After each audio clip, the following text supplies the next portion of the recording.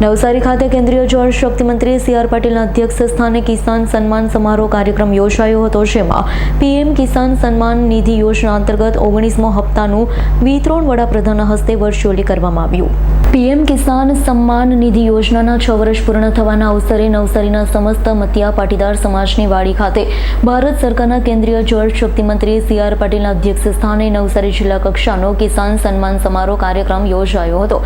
મહાનુભાવોના હસ્તે કૃષિલક્ષી વિવિધ યોજના હેઠળ નવસારી ખેડૂત લાભાર્થીઓને સહાય વિતરણ કરવા સહિત ખેડૂતોને સન્માનિત કરવામાં આવ્યા છે.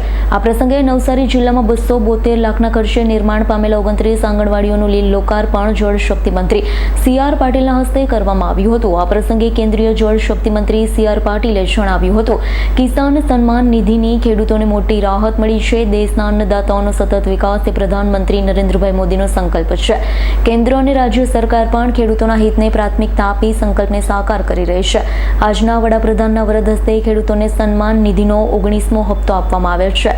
ખેડૂતોને આત્મનિર્ભર બનવાની અસરકારક પહેલ સાબિત થઈ. વડાપ્રધાનના હસ્તે પીએમ કિસાન સન્માન નિધિના 19મા હપ્તા પેટે સમગ્ર દેશના 9.7 કરોડથી વધુ ખેડૂતોને 22,000 કરોડથી વધુની સહાય બેંક ખાતામાં જમા કરાવવામાં આવ્યા. નમસ્કાર. માનનીય પ્રધાનમંત્રી નરેન્દ્રભાઈ મોદી સાહેબ દ્વારા કિસાન સન્માન સમારોહનો આજનું આયોજન કરવામાં આવ્યું હતું.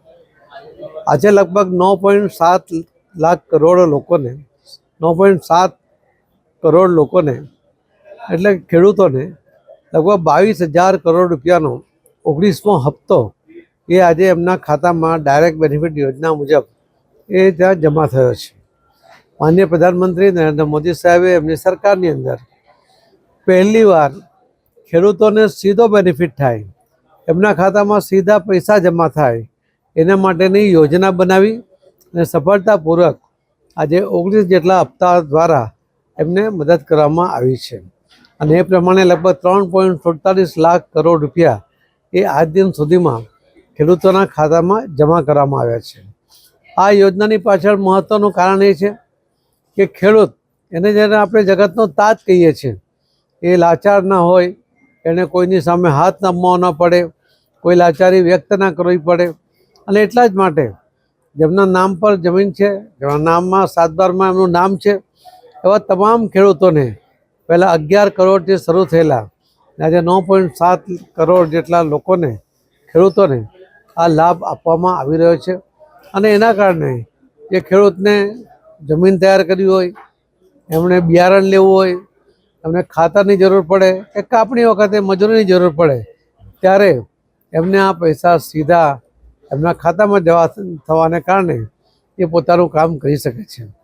આ ડાયરેક્ટ બેનિફિટ ટ્રાન્સફરની જે યોજના છે, આખા વિશ્વમાં જે સૌથી મોટી યોજનાઓ છે એ પૈકીની આ એક યોજના છે. અને એનો બીજો ફાયદો પણ એ છે કે કોઈ પણ અરજી કર્યા વગર ખેડૂતોના ખાતામાં સીધા પૈસા જાય છે. કોઈ દલાલ કે વચેટિયાની આમાં અમને જરૂર પડતી નથી કે કોઈ અરજી કરવાની જરૂર પડતી નથી. આવા અનેક ખેડૂતો માટેના અનેક યોજનાઓ દ્વારા ખેડૂતોને મજબૂત કરવા માટેનો સફળ પ્રયત્ન માનનીય પ્રધાનમંત્રી શ્રી નરેન્દ્રભાઈ મોદી સાહેબે આજ દિન સુધી કરતા આવ્યા છે. અને એ અનેક યોજનાઓને કારણે આજે ખેડૂત સમૃદ્ધિ તરફ પણ આગળ વધી રહ્યો છે.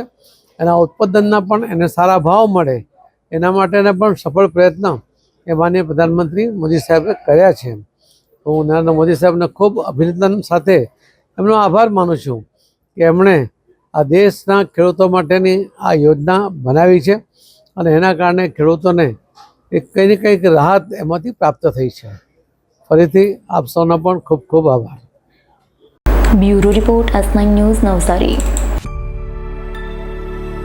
અમારી તમામ માહિતીથી અપડેટ રહેવા માટે જોડાયેલા રહો S9 ન્યૂઝ સાથે.